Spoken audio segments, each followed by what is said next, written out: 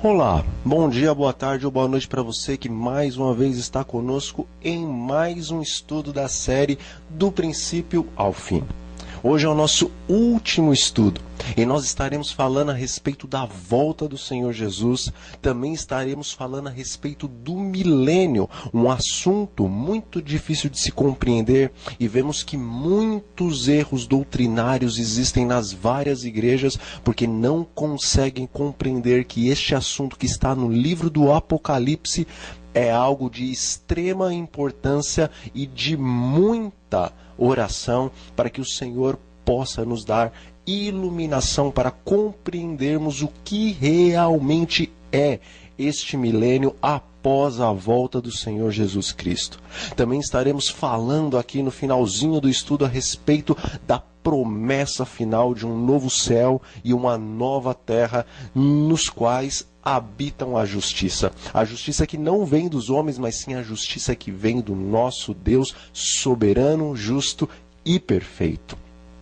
Convido você a abrir a sua Bíblia no livro do Apocalipse, no capítulo 20. Estaremos lendo alguns versículos do capítulo 20, também do capítulo 21, e então que você possa, em sua casa, onde quer que você esteja, estar acompanhando a leitura e que o Espírito Santo possa lhe dar e também, neste momento, me dar discernimento da verdade de sua palavra.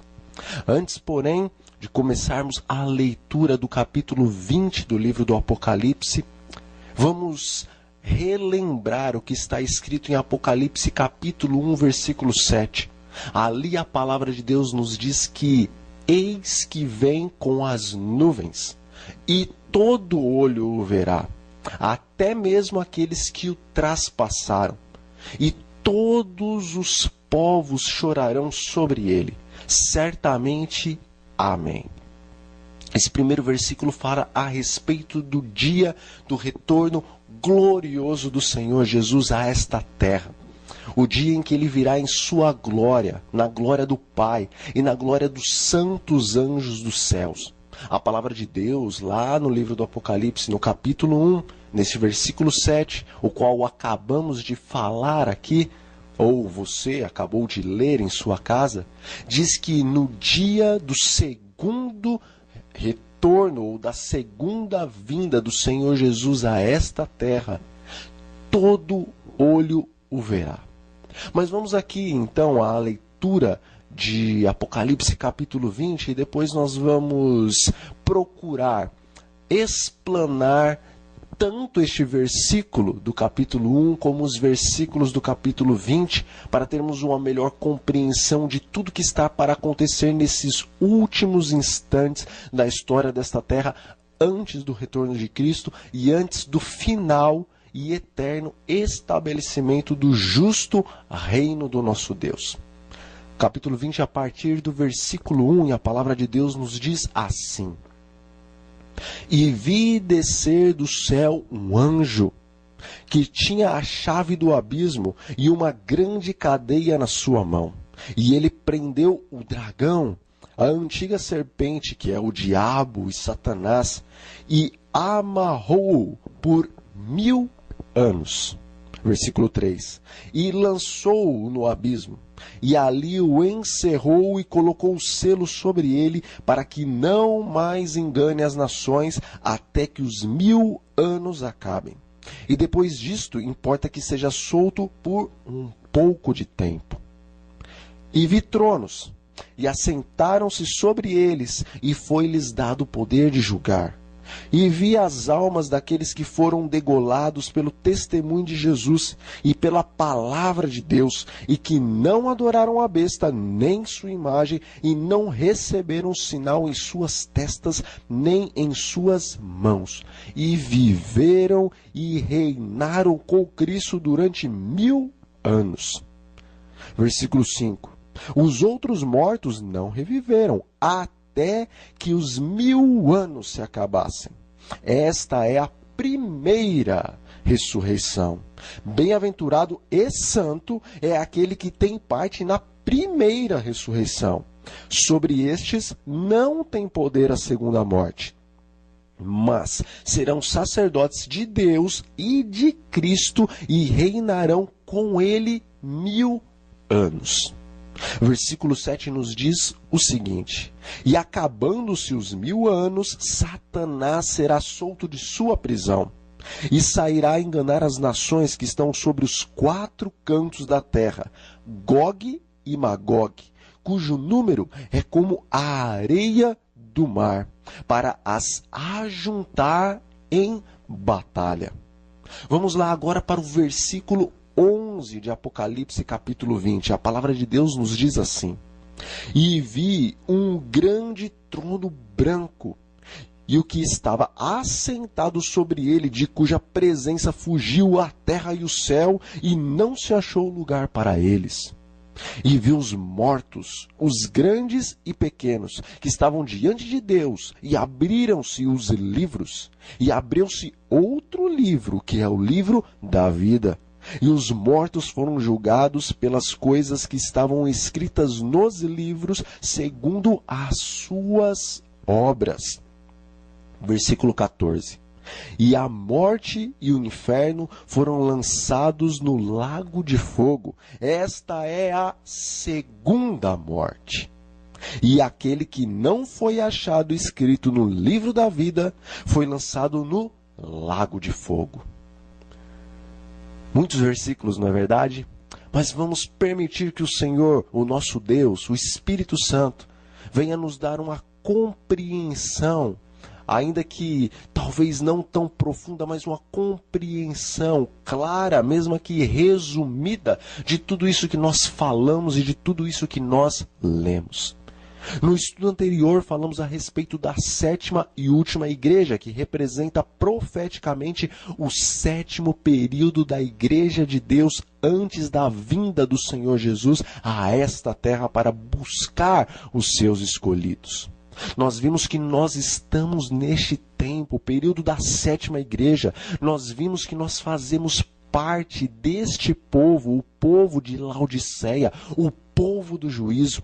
Nós vimos que a igreja de Deus nesses últimos dias não é uma igreja quente, por mais que pareça ser, mas aos olhos do Senhor Deus, esta última igreja, esse último povo do Senhor Deus é um povo morno, que precisa não do falso, mas do verdadeiro batismo do Espírito Santo, a fim de que receba os dons do Espírito Santo, os principais, ou na verdade os essenciais, os quais são amor, mansidão, pureza, bondade, benignidade, domínio próprio, todos os dons que se manifestaram no caráter de Cristo, pois Deus nesses últimos dias precisa de um remanescente, ou seja, precisa de um povo que no meio de toda essa confusão e no meio de toda esta Babilônia doutrinária e religiosa, Deus precisa de um povo, ainda que seja um pequeno grupo, aos olhos dos homens, porque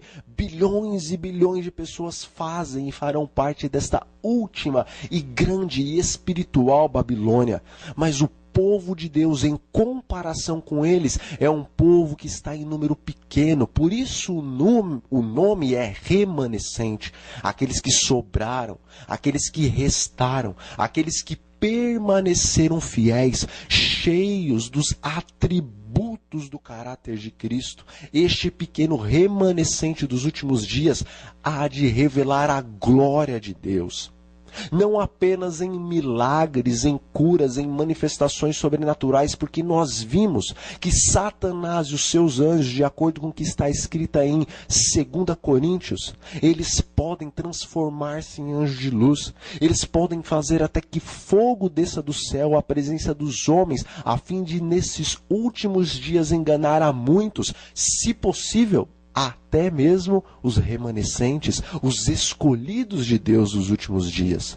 Portanto, nós vimos no estudo anterior que as manifestações sobrenaturais que já estão acontecendo e que ainda acontecerão até o grandioso retorno de Cristo não são provas de que estas manifestações sejam de Deus, pois infelizmente Satanás e os seus anjos tem poder para fazer grandes obras, curas e milagres. E vemos na palavra de Deus, nas profecias do Apocalipse, assim como em outras profecias que estão na Bíblia, que nos últimos dias, os quais nós já vivemos, Satanás, infelizmente por intermédio dos seus servos, os quais parecem cristãos, mas na verdade não são, ele fará por intermédio destes grandiosíssimas obras a fim de te enganar e a fim de me enganar. E a palavra de Deus nos diz que ele mesmo, com seus anjos, há de se manifestar como seres gloriosos, cheios de luz, mas que, tal como em Gênesis, quando o próprio Lúcifer, que já era então Satanás, entrou naquela serpente e misturou a verdade com o erro e enganou a Eva. Nesses últimos dias, não como serpente, mas como anjos gloriosos e como o próprio Cristo, Satanás e os seus anjos hão de aparecer a fim de misturar a verdade com o erro e enganar, se possível, até os escolhidos de Deus. O Espiritismo, que é a obra-prima de Satanás, conforme nós vemos no livro de Gênesis, ele será a base de toda a religião, pois na verdade ele já é a base de toda a religião, pois os fundamentos do Espiritismo, qual nós encontramos nos primeiros capítulos da Bíblia, os fundamentos do Espiritismo que são a imortalidade da alma, e compreendemos também que o próprio dia de domingo, o dia de adoração do Deus Sol, são as bases para estas doutrinas espíritas.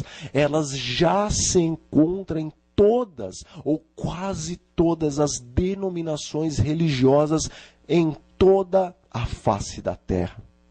A base do Espiritismo, ou as bases do Espiritismo, nesses últimos dias estão se fortalecendo, e nós vemos que o domingo, assim como a doutrina da imortalidade da alma, a qual Satanás, por intermédio da serpente, lançou ali para Eva, naquelas palavras cheias de engano, palavras sutis e aprazíveis aos ouvidos e ao coração de Eva, hoje também são lançadas estas palavras aos teus e aos meus ouvidos, e estas bases, a imortalidade da alma e o domingo, que é o dia da adoração do Deus Sol, estão cada vez se solidificando e se fortificando e crescendo em todo o mundo religioso e também não religioso.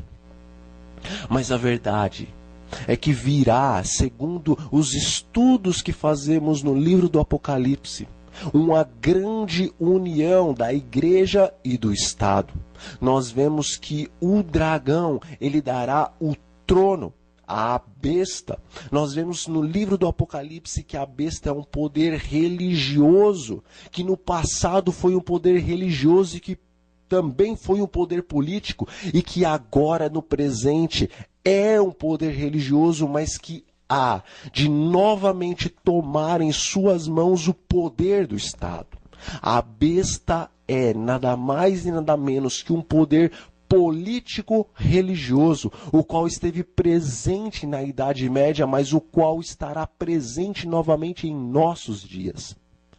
Nós vemos na palavra do Senhor Deus, nas profecias do Senhor nosso Deus, a qual Ele nos deixou, e de uma maneira toda especial, em Apocalipse capítulo 17, nós vemos que esta besta que no passado teve uma ferida mortal, mas que esta ferida haveria de ser curada, e todo o mundo, após essa ferida ser curada, ir atrás da besta e seguir com isso e adorar com isso também o dragão. Nós vemos que essa profecia do capítulo 17 do livro do Apocalipse hoje está se cumprindo diante dos teus e diante dos meus olhos. A besta que no passado, na Idade Média, foi ferida, teve, como diz na profecia, uma de suas cabeças como golpeada com uma chaga mortal. Esta besta, para pasmem, você pode estudar o livro do Apocalipse, se aprofundar nisso. Você pode estudar o livro de Daniel e você pode estudar a história do mundo e se aprofundar no conhecimento de quem foi e de quem é e de quem será a besta. Este poder político religioso é o poder papal. É o poder católico apostólico romano. Não são os católicos, mas sim a cúpula da igreja, a qual misturou, segundo nós vemos na palavra de Deus, a verdade com o erro e trouxe todas as doutrinas pagãs para dentro do cristianismo, de maneira que em mais de 1 milênio a palavra de Deus foi retida pela igreja, de maneira que os fiéis que iam à igreja não podiam nem sequer ler e nem sequer escutar as palavras do Senhor em sua própria língua, pois a igreja queria banir, e na verdade conseguiu banir a verdade dos ouvidos e dos corações dos homens, de maneira que eles se tornaram prisioneiros de uma falsa religião, a qual misturava a verdade da palavra de Deus com as mentiras do paganismo, e com isso, por mais de 1260 anos, houve uma grande Babilônia na Idade Média.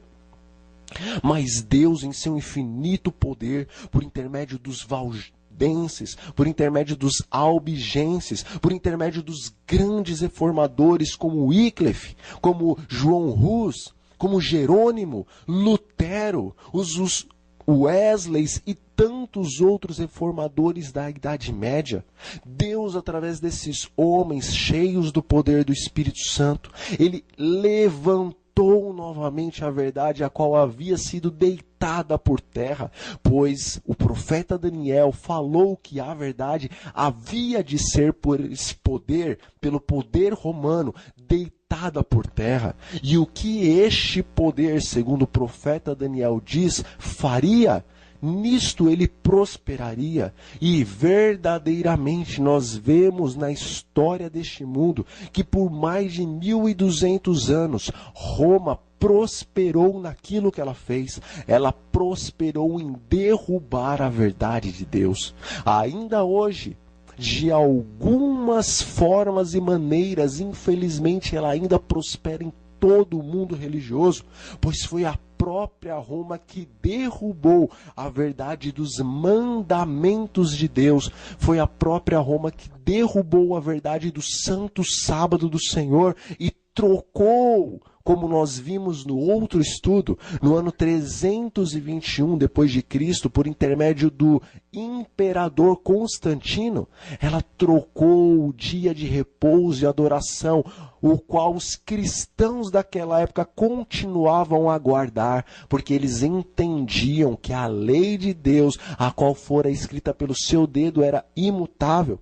Mas o imperador Constantino, com líderes da igreja, os quais se venderam por causa de dinheiro e por causa de posições sociais e religiosas, eles, neste ano de 321 depois de Cristo, derrubaram definitivamente a verdade do sábado, estabelecendo assim o domingo, o dia do Deus Sol, como o dia de descanso também para os cristãos.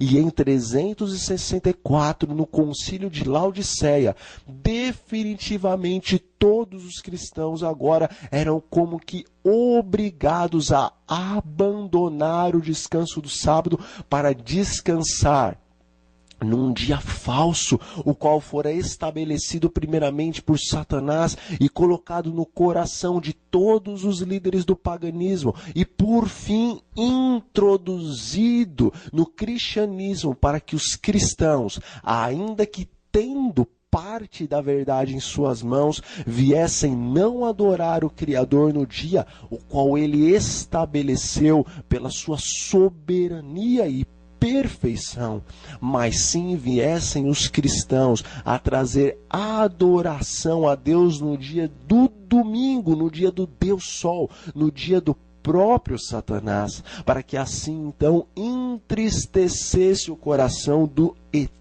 eterno e soberano, o qual estabeleceu o sétimo dia para que o seu povo recebesse uma bênção especial no dia especial, o qual Deus criara de acordo com o que vemos nos relatos de Gênesis e em toda a Bíblia.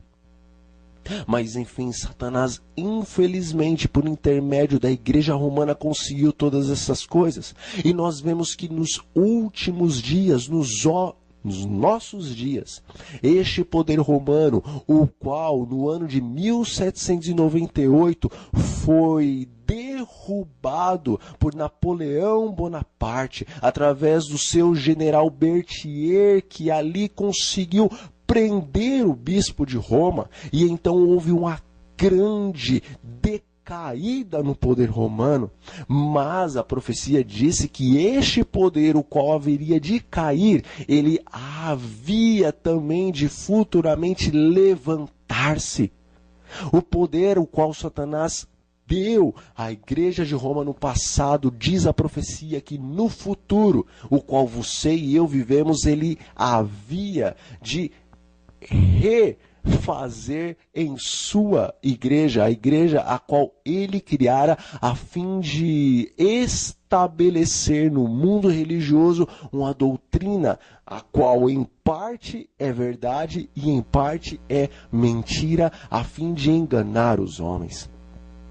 Vemos em Apocalipse 17 que haveria de, depois de ser essa ferida desta besta restabelecida, haveria de 7 cabeças estarem presentes até que o 8º rei, o qual faz parte da 7ª cabeça, aparecesse diante dos homens.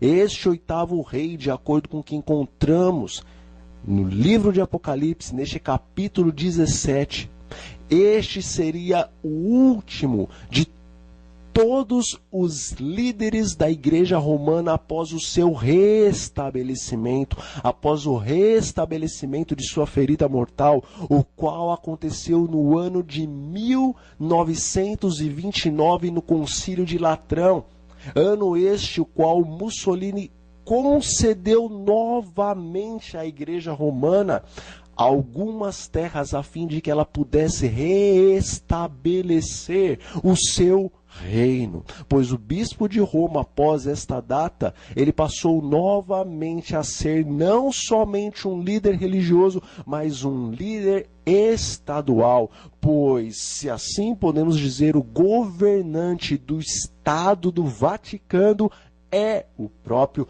Papa. Então a profecia nos diz que após esse reestabelecimento da besta, que ocorre em 1929, 7 cabeças, ou seja, 7 líderes da Igreja Romana haveriam de vir e haveriam de governar. Nem todos teriam grande poder, mas nós vemos que a 6ª cabeça, o 6º poder, seria diferente dos outros poderes, ele estaria em evidência, e foi justamente na 6ª cabeça, ou seja, no 6º poder romano, desde 1929, que apareceu o Papa João Paulo II, o qual revolucionou o mundo religioso e o mundo político.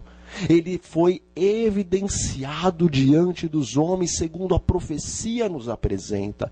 Todavia, a profecia também nos apresenta que este Papa, a 6ª cabeça, ele teria sim grande poder, estaria em evidência, mas viria um 7º poder, uma 7ª cabeça, e o seu reinado e o seu governo haveria de durar pouco tempo. Foi justamente o que aconteceu com Bento XVI. Ele veio ao poder em poucos anos. Ele se abdicou do seu cargo de Papa. Todavia, ele não deixou de ser Papa. Pois realmente uma pessoa só deixa de ser Papa quando ela vem a falecer.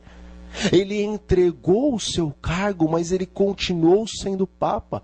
Vemos em todas as revistas, em todas as manchetes, quando Bento XVI e Francisco estão juntos, que as palavras que são ditas são as seguintes: os dois papas novamente se encontraram. Por isso que a profecia nos diz que haveria 7 cabeças mais 8 reis, e que o 8º rei provinha ou fazia parte da 7ª cabeça.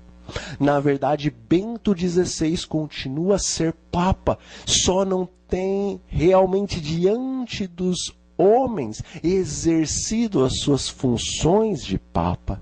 Mas agora, pelo fato dele não ter morrido e continuar a ser Papa, e vir um outro para assentar-se em sua cadeira, então não há uma nova cabeça. Na verdade, há um novo rei que governa juntamente com Bento XVI nessa 7ª cabeça.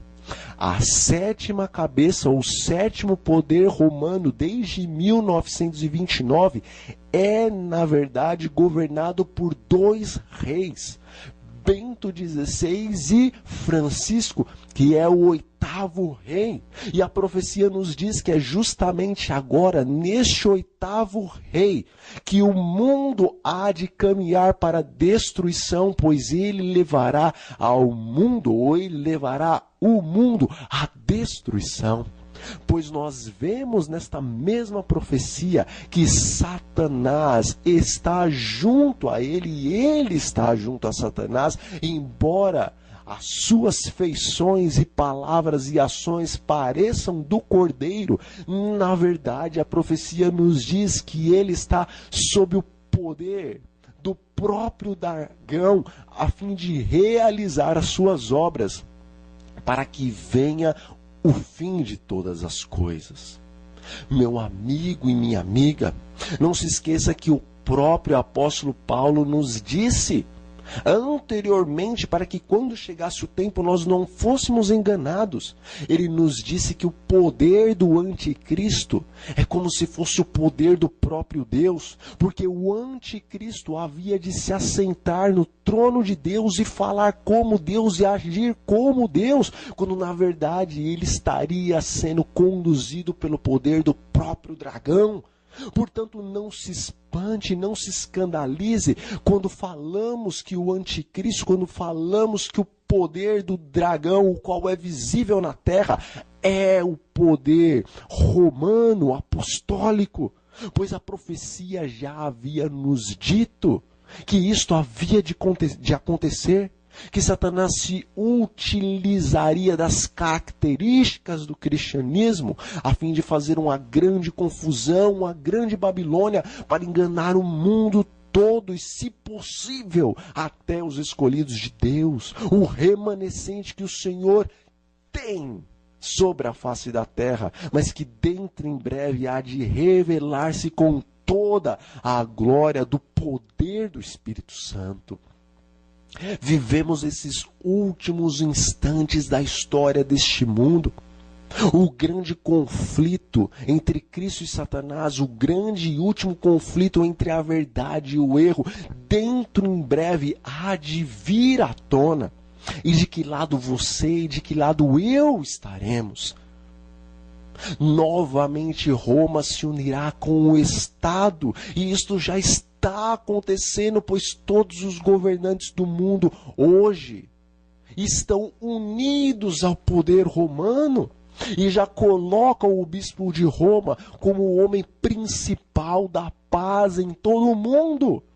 Lembre-se da palavra também do Senhor Deus, quando diz que quando os homens estivessem a dizer paz, paz e prosperidade, então viria sobre eles e sobre o mundo repentina destruição. Hoje a nota tônica é paz. Paz política, paz religiosa, união de igrejas, união da igreja e do Estado, a fim de fazer com que o mundo se torne um lugar apropriado para se morar. Esta união entre a igreja e o Estado trará uma nova ordem de coisas, trará uma nova ordem mundial, diferente da qual muitas vezes as pessoas talvez pouco informadas ou que não se aprofundaram tanto na profecia apresentam na internet. Embora muitas das coisas que eles digam são verdade e hão de acontecer nesta nova ordem mundial, a nova ordem mundial, a qual a palavra de Deus nos apresenta, é muito maior e mais profunda do que eles têm apresentado. A nova ordem mundial não se baseia verdadeiramente nos Illuminati. A nova ordem mundial é muito mais do que isso. A nova ordem a qual a palavra de Deus nos fala é esta união final entre o catolicismo, entre os governos de todo o mundo, estabelecendo assim verdadeiramente um grande governo mundial, o qual tenha como líder espiritual e como líder político sobre todos os blocos, os megablocos que serão estabelecidos neste governo, o poder romano, o bispo de Roma. Todos os governantes do mundo se curvarão, se assim nós podemos dizer, diante do poder romano, pois eles entregarão o seu poder ao poder romano, de acordo com o que nós vemos nos últimos capítulos do livro do Apocalipse. Todos os governantes da terra, e de maneira especial, os grandes reis que serão estabelecidos sobre estes megablocos da nova ordem mundial, eles terão os mesmos pensamentos e todos eles entregam o seu governo nas mãos do poder romano, o qual nos últimos instantes antes da vinda de Cristo será substituído pelo poder do próprio Satanás, o qual há de manifestar-se como sendo o próprio Cristo, pois a própria palavra de Deus, as quais saíram da boca do Senhor Jesus, diz que quando isso acontecer e disserem, eis que o Cristo está no deserto, não vá. Eis que ele está na casa, não acredite, pois Satanás virá a esta terra disfarçado de Cristo antes que venha o grande e último dia. Mas o Senhor disse que o seu retorno a esta terra será nas nuvens dos céus, com poder e grande glória, e todos os anjos de Deus o acompanharão. Ele virá na glória do Pai, em sua própria glória. O apóstolo Pedro nos fala que neste dia todos os elementos serão destruídos e serão abrasados. Um estrepitoso estrondo há de se ouvir por toda a terra. Jesus nos diz que quando o Filho do Homem vier em seu dia, o dia que ele estabeleceu para julgar os homens, para resgatar os seus escolhidos, neste dia a sua vinda há de ser visível e não secreta, porque ele disse que assim como o relâmpago se mostra do ocidente até o oriente, assim há de ser a vinda do Filho do Homem. Todo olho o verá, de acordo com o que nós falamos aqui, que está escrito em Apocalipse capítulo 1, versículo 7. Todos os homens que estiverem sobre a face da terra hão de ver a volta do Senhor Jesus. Como? Eu não sei. É algo sobrenatural. Os que estiverem no continente americano e os que estiverem nos continentes além do americano hão de ver ao mesmo tempo o retorno do Senhor Deus, o Todo-Poderoso. Lembre-se que para Deus tudo é possível. Portanto, não tente explicar o que vai acontecer nesse dia. A verdade é que Deus há de manifestar-se para todos os homens ao mesmo tempo. E todos os povos hão de chorar sobre ele, se lamentar. E a palavra de Deus nos diz que até mesmo aqueles que traspassaram o Senhor Jesus hão de estar ressuscitados neste dia para ver o retorno do Filho do Homem, o qual eles humilharam e duvidaram do mesmo e o crucificaram numa cruz, a qual devia ser para o próprio Barrabás, ou na verdade a cruz, a qual devia ser para você e para mim, mas que o nosso Senhor e o nosso Salvador em nosso lugar, pois Barrabás representa você e eu, aqueles que realmente pecaram, aqueles que realmente são dignos de morte, aqueles que realmente deveriam estar ali pagando o preço de cada um de seus pecados, mas Cristo recebeu em si o salário do teu e o salário do meu pecado, a cruz que devia estar sobre os teus e sobre os meus ombros, esteve sobre os ombros do Filho de Deus. As quedas que o Senhor Jesus teve, da saída de Jerusalém até o Monte do Calvário, você e eu deveríamos ter. As humilhações as quais vieram sobre o Filho do Homem, são as humilhações que você e eu deveríamos ter passado. Mas Ele tomou sobre si as tuas e as minhas dores. Naquele tempo, estes que hão de ressuscitar para ver o Senhor em toda a sua glória, eles humilharam o autor da vida e disseram que ele estava sendo assim tratado, porque o próprio Deus o estava tratando desta maneira. Mas ele foi ferido e humilhado e tomou sobre si as nossas dores, porque ao Pai agradou assim fazer, porque o Pai não quis que a sua ira recaísse sobre você e eu, que merecemos a sua justa ira, mas agradou ao Pai substituir o derramamento de sua ira sobre os homens para o seu Filho amado, a fim de que todo aquele que tem fé em Cristo Jesus não venha a perecer, mas enfim tenha a vida eterna. Naquele dia, aqueles homens que humilharam a Cristo hão de ressuscitar de acordo com o que o profeta Daniel diz em seu livro, o livro de Daniel, porque está escrito que naquele dia muitos hão de ressuscitar, uns para a vida eterna e outros para a vergonha e o desprezo eterno. Daniel, neste momento, não está falando da ressurreição final de todos os mortos, mas ele está falando sobre a ressurreição especial, a qual há de acontecer no momento da sétima e última praga, quando todos aqueles que morreram confiantes no poder da mensagem do terceiro anjo, a qual é dada nesses últimos dias, hão de ressuscitar para ver o seu Senhor em toda a sua glória. Mas todos aqueles, os mais acérrimos inimigos do Senhor Deus, todos aqueles que o traspassaram e humilharam naquele momento o qual ele foi crucificado na cruz do Calvário, estes hão de ressuscitar para ver o Rei vindo em toda a sua glória, segundo o que o próprio Jesus, quando estava sendo por eles interrogado, disse que verdadeiramente ele era o Filho de Deus e que todos eles que faziam parte daquele sinédrio, os quais estavam acusando e condenando o Filho de Deus, haveriam de vê-lo ainda sentado à direita do Todo-Poderoso e vindo sobre as nuvens dos céus. Naquele grande dia o qual se aproxima, naquele grande dia, o qual termina depois da sétima e última praga, o Senhor Jesus há de retornar em toda a sua majestade.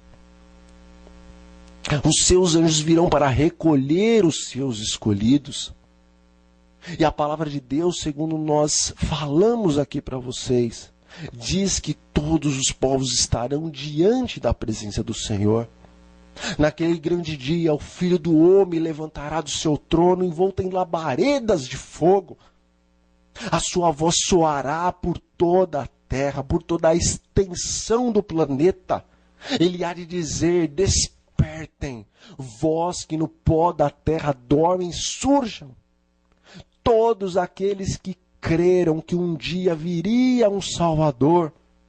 Todos aqueles desde Adão até o momento em que Cristo veio a essa terra, os quais confiaram na promessa de Deus, que haveria de enviar o Cordeiro, o qual devia ser morto para remir os pecados de todos aqueles que mereciam a condenação eterna. Todos esses que confiaram na promessa de Deus, naquele dia hão de escutar a voz do Eterno, e virão desde o pó da terra novamente à vida, pois o Senhor da vida há de descer com a palavra de ordem, palavra esta que quando ele disse Lázaro desperta, Lázaro despertou, e aquele que há 4 dias já estava no túmulo e já estava em processo de putrefação, saiu de dentro do túmulo com a louçania da juventude para glorificar o Rei da vida, o qual pelo seu poder infinito havia acabado de ressuscitá-lo. Naquele dia o Senhor Jesus foi específico. Quando removeram a pedra naquele túmulo, ele disse: Lázaro, sai para fora. Porque se naquele dia o Senhor Jesus não tivesse citado o nome de Lázaro, se ele tão somente tivesse dito sai para fora, então todos os mortos que desde o primeiro mártir Abel haviam de estar no pó da terra, naquele momento todos viriam à vida, porque o Senhor da vida ergueu a sua voz dizendo: sai do túmulo. Mas Jesus disse naquele mesmo dia para as irmãs de Lázaro que todos aqueles que crescem haviam de ver a glória de Deus. Ali foi dito, naquela conversa entre ele e a irmã de Lázaro, foi dito que no último dia todos os que crescem no Filho do Homem haviam de ressuscitar, pois o Senhor descerá dos céus com a voz do arcanjo, e a trombeta de Deus há de ser ressoada, e todos os mortos em Cristo, diz a palavra de Deus, hão de ressuscitar. Esta é a promessa a qual o Senhor dá para os seus fiéis. Ele diz que todos aqueles que nele creem, ainda que morram, hão de ressuscitar no último dia. A palavra é fiel, porque fiel e verdadeiro é aquele que disse a palavra. Creia, meu amigo e minha amiga, meu irmão e minha irmã, que se você aceitar Jesus, se você for batizado, se você seguir este remanescente, ou se você fazer parte deste remanescente povo de Deus sobre a face da terra, ainda que você morra, o Senhor há de, pelo poder que existe em sua voz divina, ressuscitá-lo. O pior não é a doença, o pior não é a solidão, o pior não é o que você está passando, o pior não são os últimos momentos sobre uma cama, o pior é morrer sem ter a certeza da promessa do Rei. Não importa em que condições físicas e psicológicas você esteja, meu irmão, minha irmã, amigo que está me ouvindo, creia na promessa do Senhor Jesus. Se você crer e se você for batizado, e talvez não dê tempo de você ser batizado, porque possa estar em um leito de morte nesse instante, enquanto você ouve essa pregação. Mas se você crer na promessa, ainda que morra, o Senhor diz que você ressuscitará. Portanto, neste momento, abra o seu coração, aceite a Jesus. É pela fé que você é salvo, é pela fé que você recebe a promessa da vida eterna em Cristo Jesus. Naquele grande dia está escrito que todos os mortos hão de ressuscitar do seu túmulo incorruptíveis. Não haverá traços da doença, não haverá traços da depressão, não haverá mais em seu corpo traços do pecado. Tal como o Senhor Deus formou a Adão, tal como o Senhor Deus formou a Eva, lindos, belos, a imagem e a semelhança interior e exterior do próprio Deus. Não eram onipotentes, oniscientes e nem onipresentes, mas todos os demais atributos divinos, até mesmo a beleza física do Eterno, foram concedidos aos seus filhos, Adão e Eva. A palavra do nosso Deus faz a promessa de que todos aqueles que creem em Jesus Cristo, creem na vida eterna em nosso Senhor Jesus Cristo, hão de ressuscitar dos seus túmulos assim, incorruptíveis, com corpo glorioso, semelhante ao corpo do nosso Senhor. Eu sei que você deseja isso, e eu também desejo. Aceite, é de graça. O Senhor Deus, o Pai, providenciou todas as coisas em Cristo Jesus, o seu Filho amado, para você e para mim, porque Ele amou o mundo de tal maneira que deu Jesus, o seu Filho amado, para que todo aquele que nele crê não venha a perecer eternamente, mas tenha a vida eterna, porque verdadeiramente o salário do pecado é a morte. Mas Jesus já morreu, a morte que você e eu merecíamos. Agora o dom de Deus em Cristo Jesus é a vida eterna. Esta não é a verdadeira vida. O Senhor Deus em Cristo Jesus há de dentro em breve, muito em breve, meu irmão e minha irmã, trazer para ti e para mim a verdadeira vida.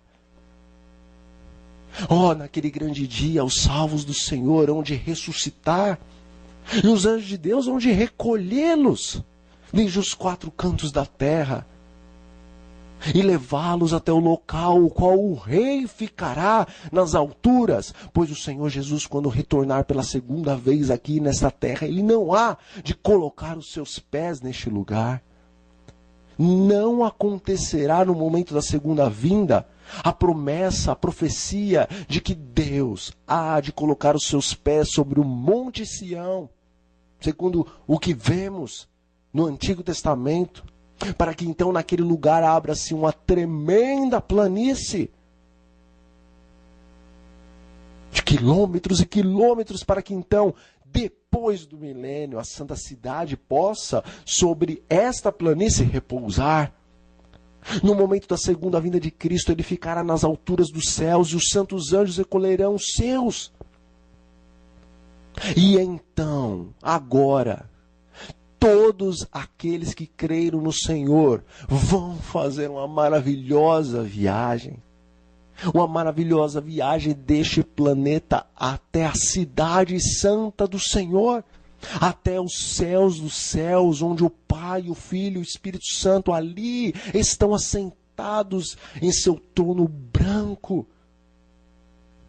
Trono este, o qual, um pouco abaixo do assento do divino, estão os serafins, ungidos querubins cobridores, os quais constantemente estão a louvar a Deus, Deus triuno. Você e eu estaremos ali por 1000 anos na presença de Deus. Este é o milênio sabático, ou seja, o milênio de descanso. Oh, como Deus é perfeito em todas as coisas. A palavra do nosso Deus nos diz que para Deus, um dia é como 1000 anos. E 1000 anos é como um dia. E nós muitas vezes julgamos que essas palavras são tão somente para explicar que o tempo para Deus é diferente do tempo para você e do tempo para mim. Na verdade, realmente, o tempo para Deus é diferente do tempo para você e para mim. Todavia, estas palavras são mais uma profecia, a qual está prestes a se cumprir, meu irmão e minha irmã. Pois em verdade, em 7 dias literais, o Senhor Deus criou todas essas coisas que os olhos hoje podem ver. Criou o céu, a terra, o mar, as fontes das águas e tudo que neles há. Todavia, o seu trabalho foi em 6 dias, mas no 7º dia, diz a palavra de Deus, nesse dia o Senhor Deus descansou, e Adão e Eva, que ali também acabavam de ser criados, descansaram no 7º dia, a fim de adorarem o Criador no dia o qual ele estabeleceu para receber a sua adoração. 7 dias literais é a semana perfeita de Deus. Todavia, um dia para Deus é como 1000 anos, e 1000 anos como um dia. Pegue a história eclesiástica, faça um estudo da palavra de Deus, e você vai ver que de Adão até Cristo, 4000 anos existiram. E de Cristo até os nossos dias, que são os últimos dias, 2000 anos. Ou seja, 6 milênios do grande conflito entre Cristo e Satanás. Tal como em 6 dias Deus construiu todas as coisas. Em 6 milênios Deus tem trabalhado para salvar os seus filhos da condenação eterna. Mas assim como lá, na semana literal da criação, o Senhor Deus repousou no 7º dia, e os seus filhos também, Adão e Eva, e os santos anjos do Senhor, repousaram no 7º dia para louvar o Criador pela sua obra perfeita e maravilhosa, que era este planeta e os habitantes deste planeta. Assim também diz a palavra de Deus, que quando o Senhor Jesus voltar a esta terra e levar os seus filhos para os céus dos céus, nós teremos 1 milênio de descanso. O 7º milênio está para iniciar na história deste mundo. Este é um milênio sabático, este é um milênio o qual o Senhor Deus vai descansar desse grande conflito, e o qual os seus filhinhos também hão de descansar do grande conflito. Por isso o sábado na palavra de Deus é visto também como o selo perfeito de Deus. Deus estabelece o próprio grande conflito, o fim do grande conflito, no número 7. O descanso semanal agora vai ser o descanso milenar.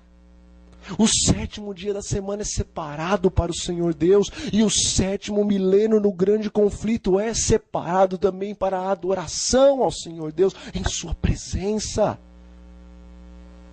Não creia nessa falsa doutrina de que o sábado foi abolido, porque Deus estabeleceu todas as coisas, até mesmo o desfecho do grande conflito, no 7º dia. No dia milenar. Pois um dia é como 1000 anos, e 1000 anos é como um dia agora, nesse final de batalha entre a verdade e entre o erro. Mas assim como quando Jesus andou aqui na terra fazendo o bem no dia de sábado, lá também no milênio sabático, nós havemos de fazer o bem.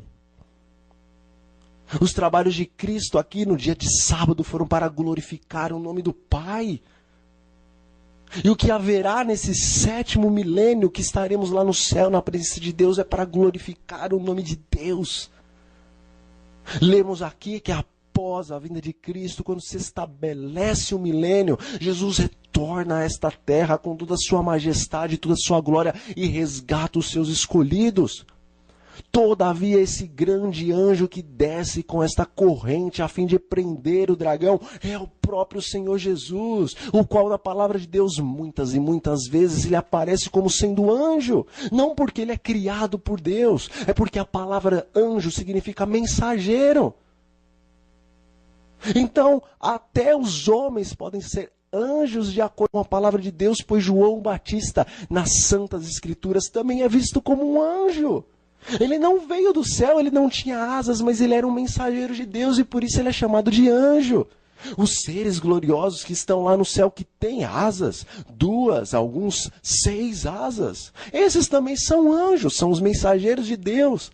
Mas várias vezes Jesus foi chamado de anjo porque ele era um mensageiro de Deus, e vemos que o Espírito Santo e o próprio Pai na palavra de Deus também são chamados de anjos, porque tem uma mensagem em algum momento para dar aos homens.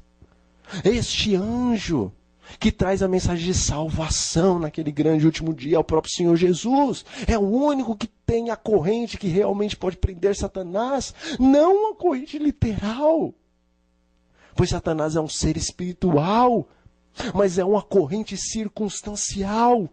Pois quando o Senhor Jesus volta a essa terra e resgata os seus escolhidos, a palavra de Deus no livro do Apocalipse diz que com o resplendor de sua glória, todos os ímpios hão de morrer e de perecer.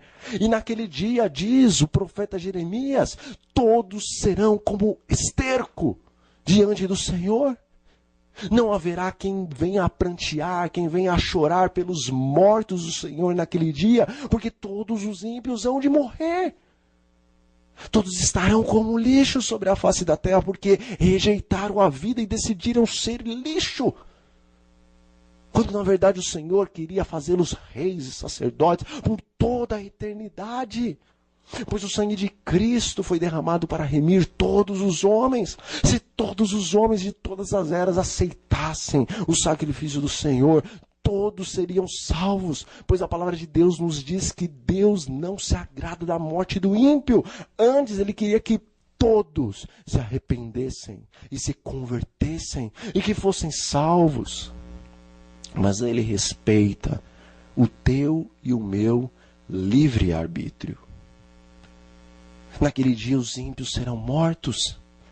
Esta terra tornará a ser um abismo, tal como no livro de Gênesis. A palavra de Deus nos apresenta a terra antes de ser criada.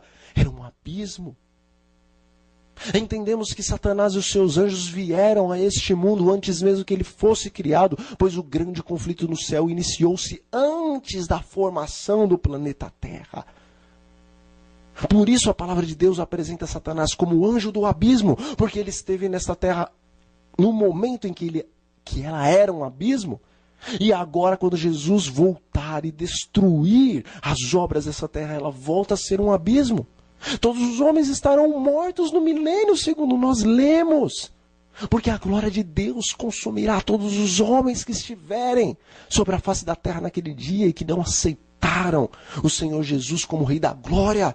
Pois a palavra de Deus nos diz que ninguém pode ver o rosto de Deus. Todos que veem o rosto do Altíssimo morrem.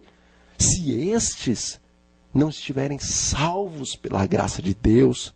Portanto, todos os homens hão de morrer pelo resplendor da glória de Deus, e diz a palavra pelo sopro de sua boca, o sopro fulminante do Altíssimo sobre todos os ímpios que o rejeitaram.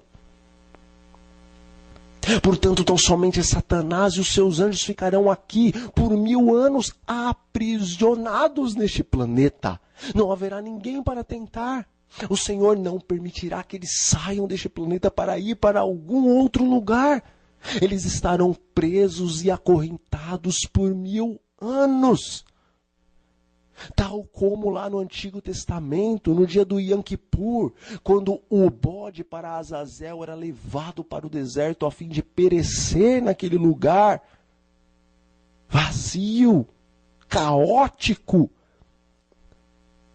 Aquele bode para Azazel representava Satanás. E aquilo era uma ilustração do que há de acontecer no período do milênio. Satanás ficará sobre essa terra deserta, caótica, destruída, tal como Jeremias viu, que os montes estavam a fumegar e que o sol escondeu-se, um lugar que se transformará em um lugar de trevas, para que então por 1000 anos esteja ele, o verdadeiro bode, peregrinando com seus demônios, se lamentando, curtindo a sua fossa. Não foi isso que ele quis estabelecer? Ele não quis estabelecer o seu trono acima das estrelas, acima dos anjos de Deus? Não quis ser igual ao Altíssimo? Para quê? Ele era o quarto ser mais glorioso do universo. O Senhor Deus o estabeleceu, o querubim ungido. Mas ele, em seu coração, permitiu que o pecado nascesse e almejou aquilo que ele não precisava. Diz a palavra de Deus, ele será lançado na terra. Era o mais alto, agora será o mais baixo. Quis exaltar-se acima de Deus, então será humilhado abaixo de todos os seres do universo. Por 1000 anos, Satanás e os seus anjos, eles poderão tomar do amargo cálice da derrota. pois o Senhor Deus deu chance para eles, mas eles não quiseram. Permaneceram em sua rebeldia, e agora o justo Deus concederá que eles colham aquilo que eles mesmos plantaram no céu e também na terra. Por 1000 anos, Satanás e os seus anjos hão de colher as consequências da grande rebelião contra o Altíssimo.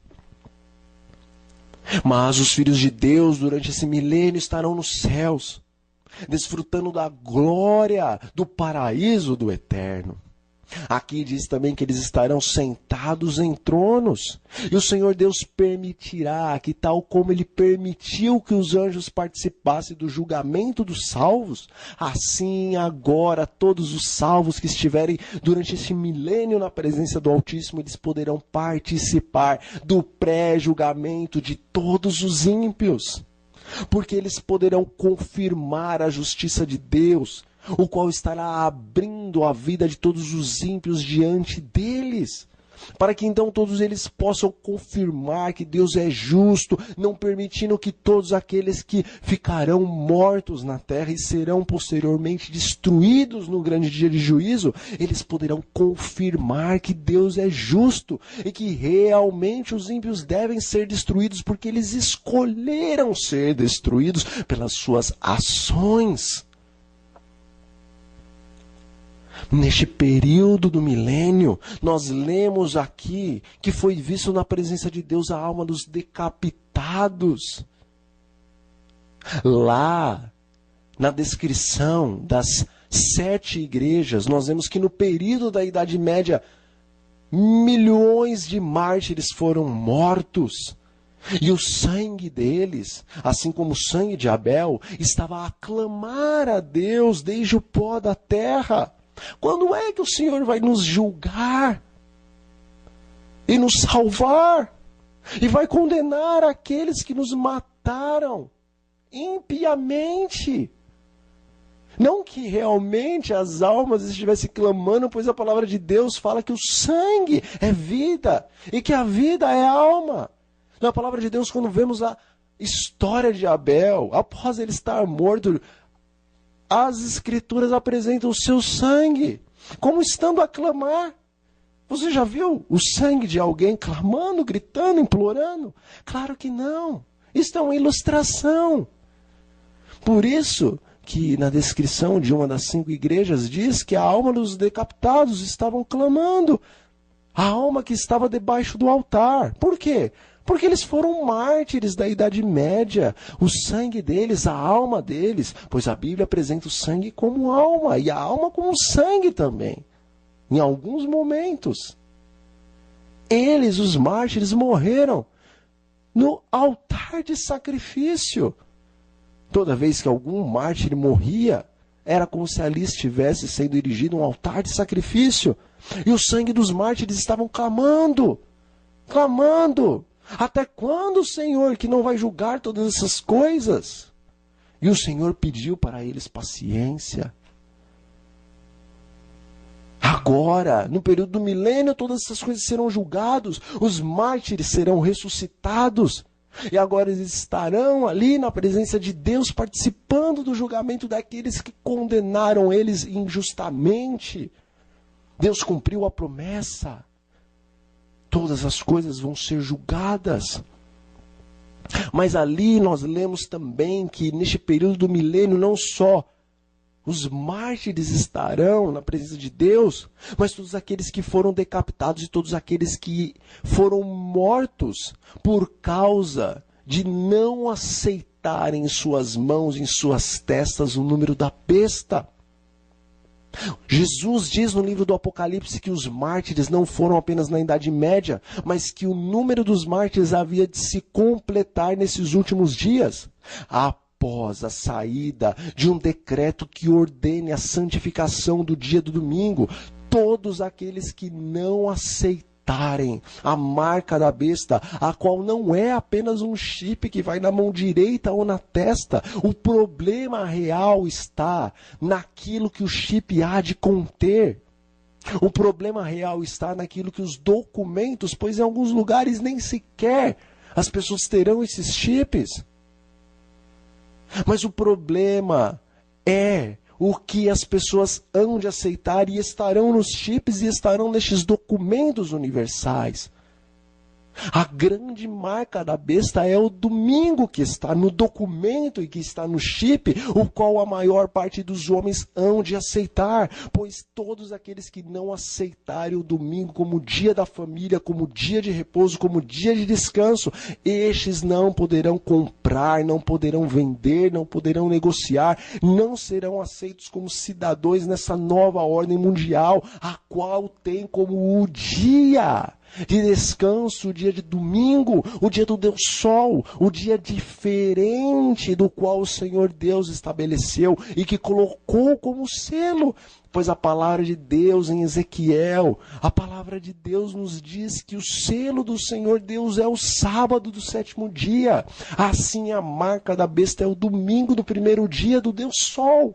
É um conflito entre a adoração nesses últimos dias. Os que aceitam o selo de Deus, o sábado de Deus, eles estão provando por aceitarem o 7º dia que o seu Deus, o Deus que eles realmente adoram, é aquele que fez, que criou e que mantém o céu, a terra, o mar e as fontes das águas. Mas todos aqueles que por medo, ou talvez por crerem realmente que o dia de sábado foi mudado para o domingo, eles aceitam a marca da besta, que é o domingo do Deus Sol.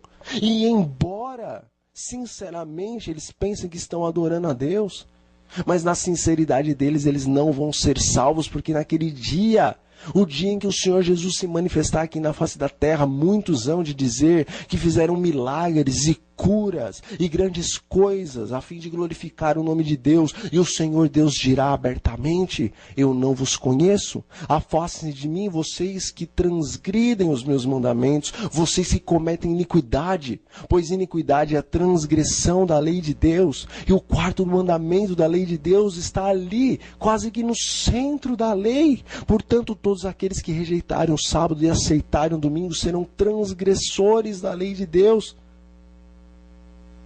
e não poderão ser aceitos pelo Altíssimo, porque o Senhor Deus nesses últimos dias vai tornar muito claro o conhecimento do sábado, mas os homens irão rejeitar o sábado e aceitar o dia do domingo, o qual é estabelecido pelos homens que serão inspirados por Satanás. Então, lá no céu, neste período do milênio, todos aqueles que serão mártires nesses últimos dias, porque não aceitaram o dia de domingo, eles serão ressuscitados na vinda de Jesus e estarão neste milênio na presença do Altíssimo, participando, assim, do grande julgamento, do pré-julgamento dos ímpios que estarão todos mortos sobre a face da terra. A palavra de Deus nos mostra que então, após os 1000 anos, o dragão, Satanás, há de ser solto de sua prisão. A verdade é que nós lemos aqui que no dia da vinda de Cristo há de acontecer a primeira ressurreição, e bem-aventurado, santo, justo é aquele que faz parte da primeira ressurreição. A segunda morte não tem poder sobre estes. No dia que Jesus volta, tão somente os justos de Deus ressuscitam e passam um milênio na presença de Deus, participando do pré-julgamento dos ímpios e desfrutando das glórias do paraíso do Senhor Deus. Mas quando Deus retornar a esta terra, então assim como Ele chamou à vida todos os justos no dia de sua segunda vinda, a vinda do resgate, assim também após o milênio, quando ele descer com todos os justos, quando ele descer trazendo consigo a cidade santa de Deus, a Nova Jerusalém, a qual desce da parte de Deus e tem a glória de Deus e está adornada como uma esposa, enfeitada como uma linda esposa para o seu marido. A cidade santa desce com Cristo, com o Pai, com o Santo Espírito, com todos os anjos e com todos os salvos que estarão habitando dentro dela, repousa sobre o Monte das Oliveiras. Na verdade, sobre a planície extensa, imensa, que será aberta quando o Senhor Jesus, naquele dia, com seus pés, tocar o Monte das Oliveiras. Ali repousará a enorme, a imensa capital do universo, o qual descerá para estar eternamente agora aqui nesta terra. Jesus chama à vida todos os mortos, todos os ímpios. E que grande contraste com a ressurreição dos justos, pois todos ressuscitam na lozania da juventude e da eternidade, mas ao chamar Jesus os ímpios à vida, todos retornam tal como desceram aos túmulos. Oh, meu amigo e minha amiga, em que ressurreição você estará? Fará parte dos santos de Deus ou fará parte do exército de Satanás? Então a palavra de Deus nos diz que o dragão, agora que todos os ímpios foram ressuscitados, ele sairá mais uma vez a fim de enganar todas as nações, de Gog a Magog, ou seja, do Apoque ao Chuí, todos aqueles que estiverem vivos.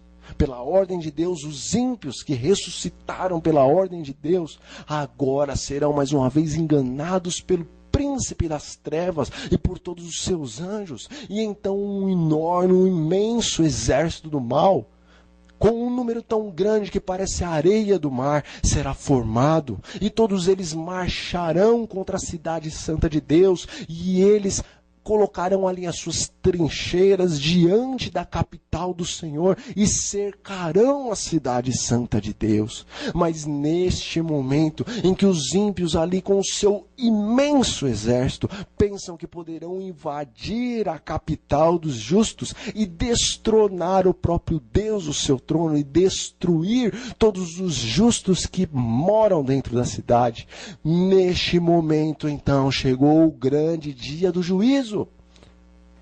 Pois o julgamento de Deus aconteceu em várias fases, mas agora chegou o grande dia da condenação e da destruição final.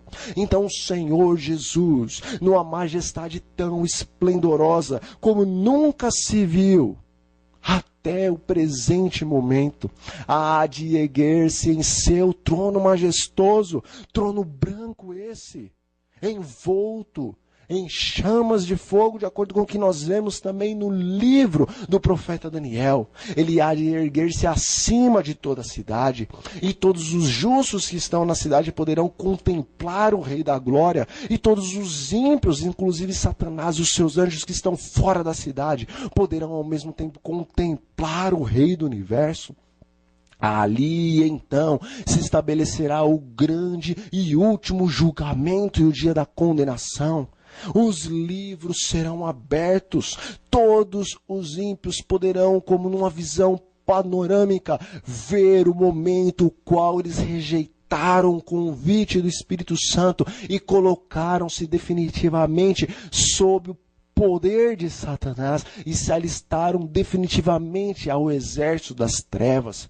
Todos poderão reconhecer que por sua livre escolha eles rejeitaram a graça de Deus em Cristo Jesus e aceitaram o convite de Satanás, o convite para a perdição eterna.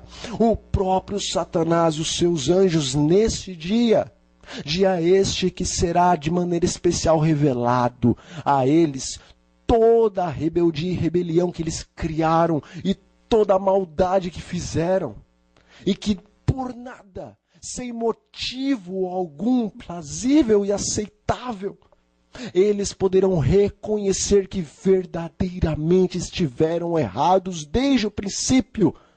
E neste dia, ímpios, inclusive o diabo e os seus anjos, e todos os justos e todos os anjos e todo o universo se curvará na presença de Cristo, reconhecendo que justos e verdadeiros são todos os caminhos do Senhor Deus eterno. Todo o joelho se dobrará na presença do Rei do Universo e a uma declararão que o Senhor Jesus Cristo é justo. Neste momento, então, a morte e o inferno serão tragados, de acordo com o que nós lemos, no lago de fogo. Oh, meus irmãos, quando o fogo do Eterno, depois que todos verdadeiramente assumirem que merecem a condenação eterna, quando o fogo do Eterno descer sobre os ímpios, esta terra virará um grande caldeirão fervente, e a palavra de Deus diz que o inferno, ou seja, a morte, a sepultura, ele será tragado e consumido no lago de fogo. A morte e o inferno hão de ser destruídos, porque o último inimigo a perecer nesse grande conflito é a morte, diz a palavra de Deus. Não acredite nessa doutrina do inferno eterno, como Deus é eterno, pois essa doutrina é pagã. Quando na palavra de Deus fala a respeito do fogo eterno e da condenação eterna, as palavras ali usadas não se referem à eternidade tal como Deus é eterno, mas a palavra no original grego, ela se refere a eterno enquanto durar. O Senhor Deus permitirá que os ímpios sejam consumidos pelo fogo até pagarem o preço de todos os seus pecados. Alguns morrerão instantaneamente, porque têm poucos pecados, não aceitaram a Cristo, mas não foram grandes pecadores e serão consumidos rapidamente. Mas outros não vão poder ser consumidos rapidamente. Ficarão eternamente, ou seja, ficarão sendo consumidos enquanto houver algum pecado para eles pagarem. Satanás, é claro, será obrigado a pagar as consequências dos seus pecados e dos pecados de todos aqueles que um dia foram salvos por Cristo, pois assim acontecia lá no dia da expiação. O bode para Azazel recebia sobre si a condenação sobre todos aqueles que haviam sido perdoados por Deus.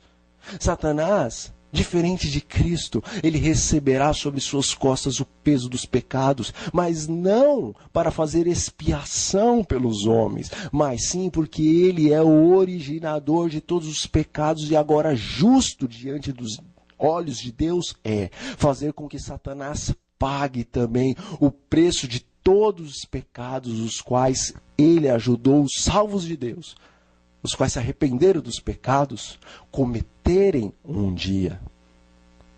Então Satanás será obrigado a estar ali sendo consumido e atormentado por muito mais tempo.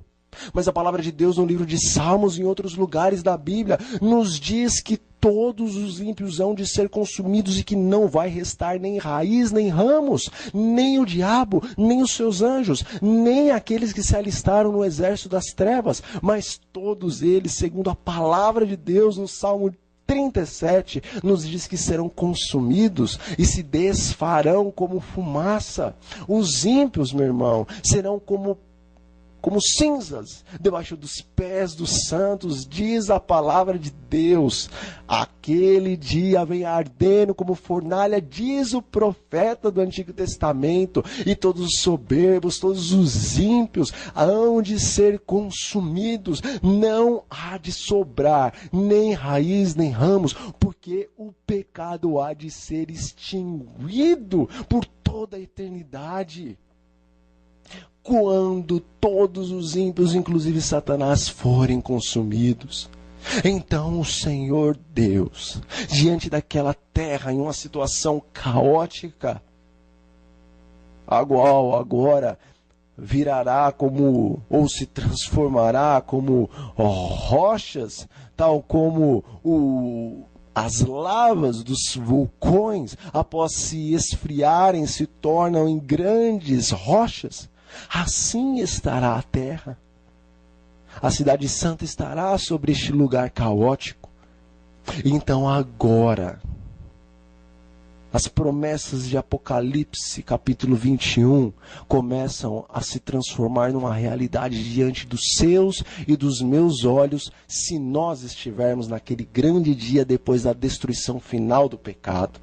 E diz assim, versículo 1 de Apocalipse 21. E vi um novo céu e uma nova terra, porque já o primeiro céu e a primeira terra passaram e o mar já não existe. E eu, João, vi a santa cidade, a nova Jerusalém, que de Deus descia do céu, preparada como uma esposa enfeitada para o seu marido. E ouvi uma grande voz do céu que dizia: eis aqui o tabernáculo, o templo, a morada de Deus com os homens, pois com eles habitará, e eles serão seu povo. E o mesmo Deus estará com eles e será o seu Deus. E limpará dos seus olhos todas as lágrimas. Não haverá mais morte, não haverá mais pranto, não haverá mais dor. E aquele que se encontra sentado no trono, eis que ele diz que faz novas todas as coisas. E João deveria relatar essas coisas porque elas são verdades que saíram da própria boca de Deus.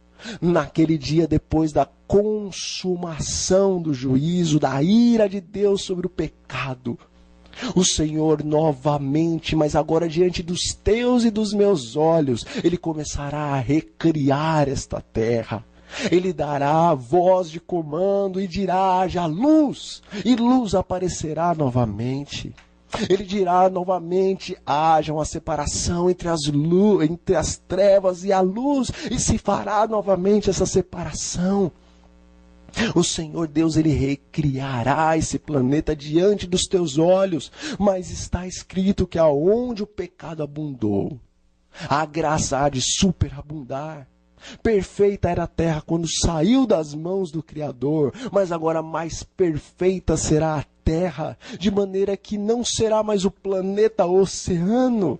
Agora, quando João viu essa nova terra, a qual o Senhor Deus havia de criar, ele não viu mais aquele mar imenso, aqueles oceanos infindos, porque a terra será agora gloriosa, com rios, com praias, é claro, mas este planeta será remoldado. E realmente será o planeta Terra e não o planeta Água, como hoje é o nosso planeta. Aqui será o paraíso de Deus, aqui será o centro do universo. A palavra de Deus no livro do Apocalipse diz que os reis da terra, eles trarão para dentro da cidade santa a glória para Deus, o Pai, o Filho e o Espírito Santo, pois em verdade Satanás quis criar uma nova ordem mundial, a qual será destruída por Deus. Mas Deus tem uma nova ordem mundial, uma nova ordem universal. E neste planeta será estabelecida a nova ordem do Senhor Deus. E haverão os países, as tribos do Senhor Deus, as quais estarão para o lado de fora da cidade, mas as portas da cidade sempre estarão abertas, de acordo com o livro do Apocalipse, e todos aqueles que estarão vivendo nessas sociedades, nessas perfeitas comunidades onde habita a justiça, eles poderão livremente trazer glória, louvor e adoração para dentro da cidade, para diante do trono de Deus. Mas a verdade, meu amigo e minha amiga, meus irmãos, a verdade é que a palavra de Deus fala que os últimos serão os primeiros. Você e eu somos os últimos. O Senhor Deus diz que este povo, o povo que faz parte da igreja de Laodiceia, do período profético do juízo, este povo tem um lugar especial no reino de Deus. Não vão morar fora da cidade para vir para dentro da cidade a fim de trazer glória e louvor. O Senhor Deus promete que o povo dos últimos dias, este povo há de morar dentro da cidade e serão reis e sacerdotes para Deus o Pai e para o Senhor Jesus Cristo. A glória e o poder do Espírito Santo estará sempre sobre nós e a nos dominar, para que nunca mais exista pecado, pois a palavra de Deus nos diz que o mal não se levantará pela segunda vez. O Senhor Deus está te chamando para este novo reino, reino glorioso, o qual você e eu teremos um lugar, teremos uma posição neste governo, muito maior do que qualquer rei governante já teve ou poderá ter nesta terra. Eis aqui, o Senhor Deus agora coloca diante de você a vida e a morte. Escolha, meu irmão, pois a vida, porque o Senhor lhe faz a pergunta: por qual motivo você vai morrer? Por qual motivo você vai escolher a morte eterna? Este é um presente de Deus para você e para mim. Aceite-o e a partir deste momento ele será seu. Eu convido você agora a fechar os seus olhos, a abaixar a sua cabeça e vamos juntos entregar os nossos corações ao nosso Deus, o qual há de nos levar para este reino eterno que brevemente será estabelecido. Oremos. Senhor nosso Deus e nosso Pai, nós queremos lhe agradecer pela tua graça, a qual nos é concedida em Cristo Jesus. Agradecemos por fazermos parte deste último momento do grande conflito entre a verdade e o erro. Que o Senhor nos conceda sermos remanescentes de Deus nesses últimos dias e que, independente das perseguições que sofreremos, não venhamos a soltar as tuas mãos. Permita-nos morarmos em tua presença, em nome do Senhor Jesus. É o que nós lhe pedimos e desde já lhe agradecemos. Amém. Meu amigo e minha amiga, foi um prazer estar com você nesta série do princípio ao fim.